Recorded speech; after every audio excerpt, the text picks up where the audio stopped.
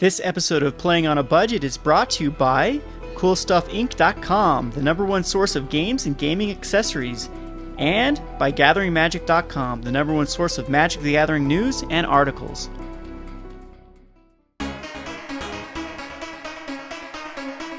Hi there, it's Kevin with GatheringMagic.com, here with another Play on a Budget episode. This week we will be utilizing a mono-white soldier deck, as you see before that. Before we go on to the actual deck here, we'll look at the price of this. Again, Playing on a Budget is a $100 budget. We try to build a deck with around the $100 mark. So anyway, we'll go to CoolStuffInc.com, our sponsors, and check out the exact cost of this.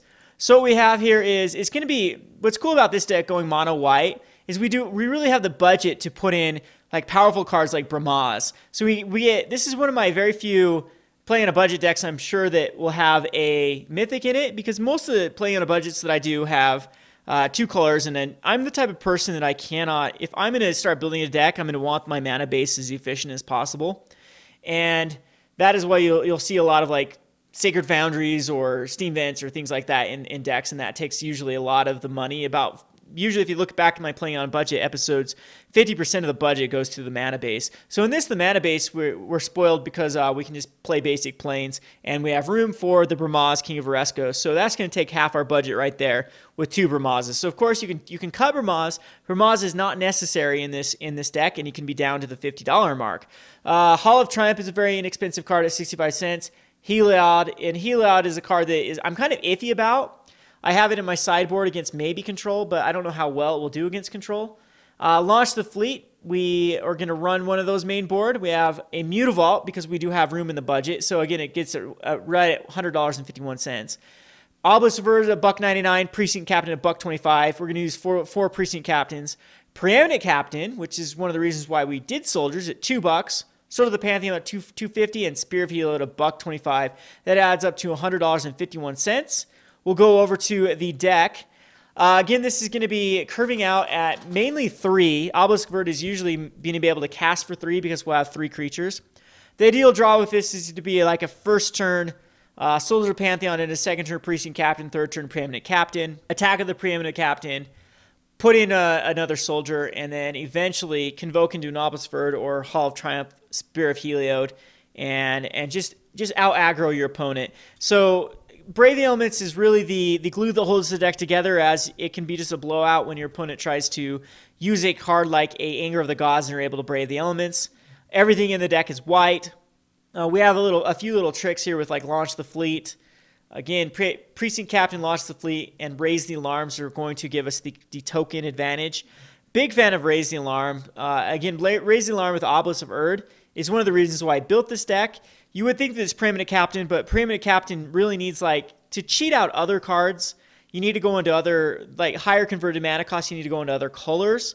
And red would be the best color to go into because you have cards like Spark Trooper that you can go turn 3 attacking with, or turn 4 naturally cast a Spark Trooper and Preeminent Captain into another Spark Trooper.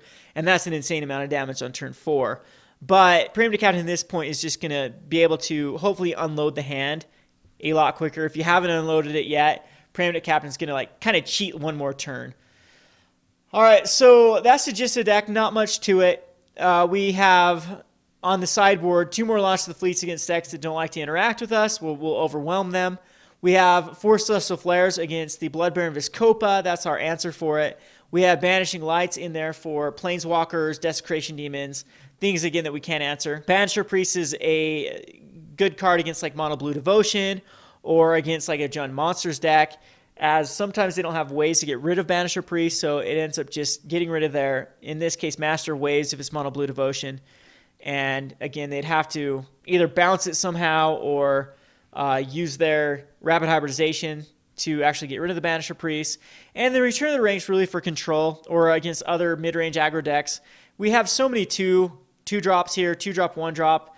The late game, if you have 5 mana, that's 3 cards that are coming back in. You have 6 mana, that's 4 cards. And I do think that it's pretty good in the sideboard. Immortal Servitude could definitely be another option, as we do run 12 1-drops, and that's quite a bit of 1-drops we could end up getting back. But I think Return of the Ranks is just more powerful in a deck that uses both 1 and 2 drops. Again, Heliod's in there for, I'm not quite sure. Yeah, it puts in soldier. Oh, it puts in cleric tokens. So I guess that Heliod white cleric tokens. For some reason, I thought it was soldier tokens. But anyway, they work with Hall of Triumph and not Obelisk of Urd, but Spear of Heliod. So again, you usually have enough devotion in this deck to actually get him going. If a Spear of Heliod's out and a Precinct Captain's out, Heliod is active, gives everything vigilance. Not a bad card. So that's the gist of the deck. I hope it runs pretty well. This has been Kevin with GatheringMagic.com. Thanks for watching.